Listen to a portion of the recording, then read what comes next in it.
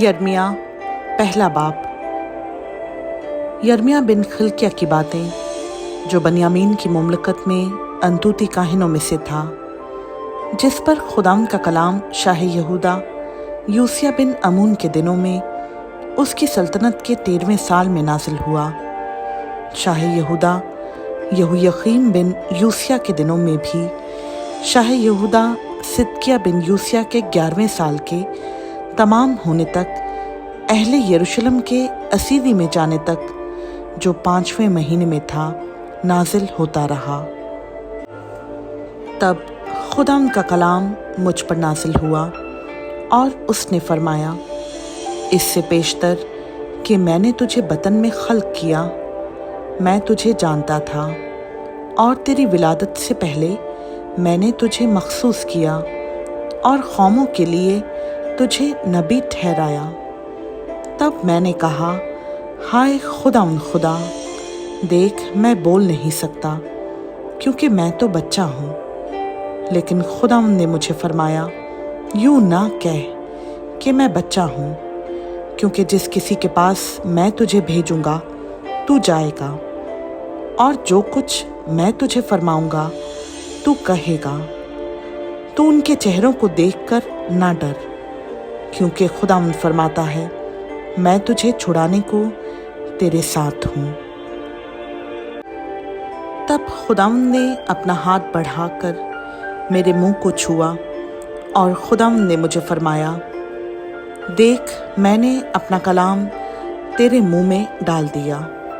देख आज के दिन मैंने तुझे कौमों पर और सल्तनतों पर मुकर्रर किया कि उखाड़े और ढाए और हलाक करे और गिराए और तामीर करे और लगाए। फिर खुदाम का कलाम मुझ पर नाजिल हुआ और उसने फरमाया, ऐ यर्मिया, तू क्या देखता है? मैंने अर्ज़ की कि बादाम के दरख्त की एक शाख देखता हूँ। और खुदाम ने मुझे फरमाया कि तूने खूब देखा, क्योंकि मैं अपने कलाम को पूरा करने के लिए बेदार रहता हूँ। दूसरी बार खुदा का कलाम मुझ पर नाजिल हुआ और उसने फरमाया, तू क्या देखता है?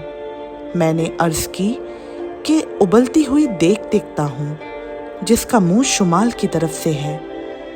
तब खुदा ने मुझे फरमाया कि शुमाल की तरफ से इस मुल्क के तमाम बाशिंदों पर आफत आएगी, क्योंकि खुदा फरमाता है, देख मैं शुमाल की सल्तनतों के तमाम ख़ानदानों को बुलाऊंगा, और वो आएंगे और हर एक अपना तख्त यरूशलेम के फाटकों के मदखल पर और उसकी सब दीवारों के गिर्द गिर्द और यहूदा के तमाम शहरों के मुकाबिल कायम करेगा। और मैं उनकी सारी शरारत के बाइस उन पर फतवा दूंगा, क्योंकि उन्होंने मुझे तरक किया और गैर माबूदों के सामने लुबान जलाया और अपनी ही दस्तकारी को सजदा किया।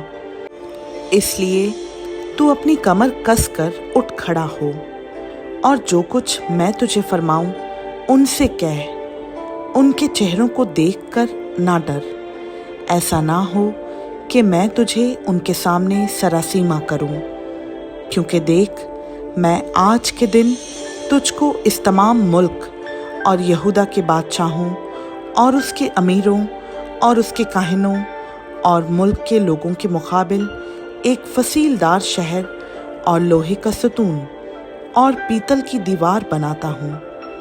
और वो तुझसे लड़ेंगे, लेकिन तुझ पर गालिब ना आएंगे, क्योंकि खुदा फरमाता है, मैं तुझे छुड़ाने को तेरे साथ हूँ।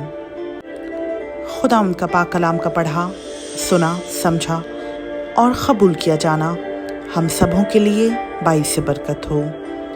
आमीन।